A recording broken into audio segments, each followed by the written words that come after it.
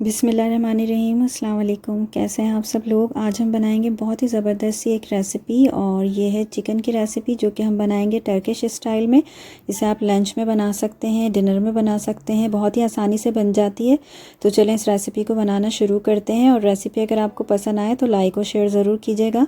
सबसे पहले हमने यहाँ पर चिकन ले ली है, ये बोनलेस चिकन है, और आप पीसेस इसके देख सकते हैं, काफ़ी बड़े साइज़ के मैंने पीसेस किए हैं। और कुछ हमारे पास मसाले हैं, ये हम इस चिकन में शामिल करेंगे। तो मेरे पास यहाँ पर लहसुन का पाउडर है, अदरक का पाउडर है 1-1 टीस्पून, नमक हस्बे ज़ायक़ा है, काली मिर्चें क्रश करके मैंने ऐड की हैं आधा टीस्पून, सफ़ेद मिर्चें थोड़ी सी ये छुप गई हैं, ये 1/4 टीस्पून के करीब है पाउडर है।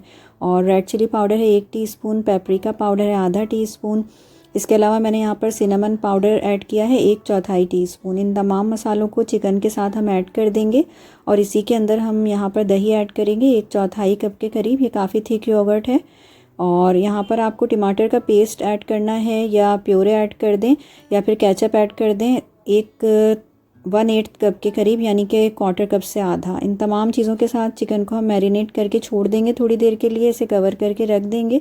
अब हम दूसरा स्टेप करेंगे इस रेसिपी का, और इसमें हम बनाएंगे वाइट सॉस। तो सबसे पहले यहाँ पर 3 टेबल स्पून के करीब हमें बटर लेना है। मेल्ट होने के बाद 3 टेबल स्पून होना चाहिए, और अंदाजे से आप ले सकते हैं। इसमें हम 2 टेबल स्पून के करीब मैदा शामिल करेंगे, और इसे हल्की आंच पर बनाना है वाइट सॉस को, और इसे जल्दी जल्दी मिक्स करेंगे। आप देखेंगे कि पूरा मिक्स हो जाएगा मैदा इस मक्खन के अंदर, और इस तरह से ये बबल्स से हल्के हल्के बनने लगेंगे। तो इस टाइम पर हम यहाँ पर इसमें दूध शामिल करेंगे। 2 से 3 मिनट तक इस तरह से मिक्स करेंगे ताकि मैदा अच्छा सा पक जाए बटर के साथ। इसके बाद हम दूध शामिल करेंगे। तो 1 कप दूध हमें शामिल करना है, लेकिन थोड़ा थोड़ा करके शामिल करेंगे ताकि इसके अंदर लम्स ना बने मैदे के। कंटिन्यूसली इसको हिलाते भी रहेंगे, और आंच भी हमें इसकी कम रखनी है, और इस तरह से मिक्स करते जाएंगे। और जब बिल्कुल ये एक अच्छा सा बैटर बन जाएगा इसका, और इसके अंदर लम्स नहीं रहेंगे, तो इसके बाद हम यहाँ पर नमक शामिल कर देंगे। नमक हस्बे ज़ायक़ा शामिल करेंगे, हमने चिकन में भी शामिल किया है, उसी हिसाब से इसमें भी थोड़ा सा नमक शामिल करेंगे ताकि दोनों चीज़ें जब मिलें तो एडजस्ट हो जाए नमक।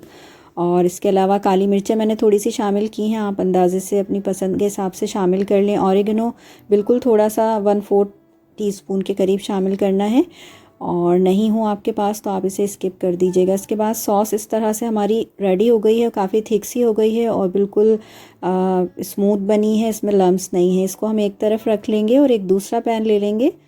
यहाँ पर हम 1 टेबल स्पून के करीब ऑयल शामिल करेंगे, और इसके अंदर चिकन को ऐड करके तेज़ आंच पर पकाएंगे 3 से 4 मिनट तक शुरू के, और इसे स्पून की मदद से उलट पुलट करते रहेंगे। तेज़ आंच पर पकने से चिकन जो है बहुत जल्दी से पकेगी और इसका कलर चेंज हो जाएगा।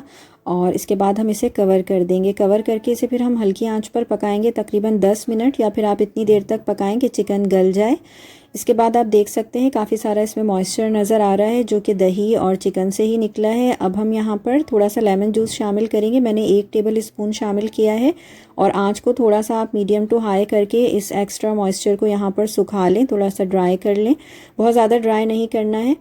और जब ये इस तरह से हल्का हल्का सा रह जाए तो आंच को दोबारा से कम करके वाइट सॉस ऐड कर देंगे हम थोड़ी थोड़ी चारों तरफ, तमाम जो पीसेस हैं चिकन के उनके ऊपर। और इसके बाद मोज़रेला चीज़ ऐड करेंगे, ये हम हस्बे ज़रूरत शामिल करेंगे, जितनी आपको पसंद हो या जितनी आप चाहें उतनी ऐड कर सकते हैं। इसको ऊपर से हम गार्निश कर देंगे, पार्सले या हरा धनिया शामिल कर सकते हैं इसकी जगह आप, और इसको चॉप करके शामिल करेंगे। साथ ही थोड़ी सी रेड चिली फ्लेक्स है मेरे पास, वो मैंने शामिल कर दी हैं। कवर कर देंगे और कवर करके 5 मिनट तक हल्की आंच पर पकाएंगे ताकि जो चीज़ है वो मेल्ट हो जाए। और आप देख सकते हैं कि चीज़ मेल्ट हो गई है और बहुत ही अच्छा सा इसका लुक आ रहा है चिकन का, बहुत ही ज़बरदस्त से तरीके से ये रेडी हो गई है। इसको आप गर्म गर्म ही सर्व करें, और सर्व करते वक्त आप इसे पीटा ब्रेड के साथ सर्व कर सकते हैं। इसके अलावा आप नूडल्स बॉईल करके या पास्ता बॉईल करके उसके साथ भी सर्व कर सकते हैं, बहुत मज़े की लगती है। तो इस रेसिपी को ज़रूर ट्राई कीजिएगा। लाइक और शेयर करना मत भूलिएगा। पहली दफ़ा मेरे चैनल पर आए हैं तो सब्सक्राइब कर लीजिएगा। अपना बहुत ख्याल रखिएगा। अल्लाह हाफिज़।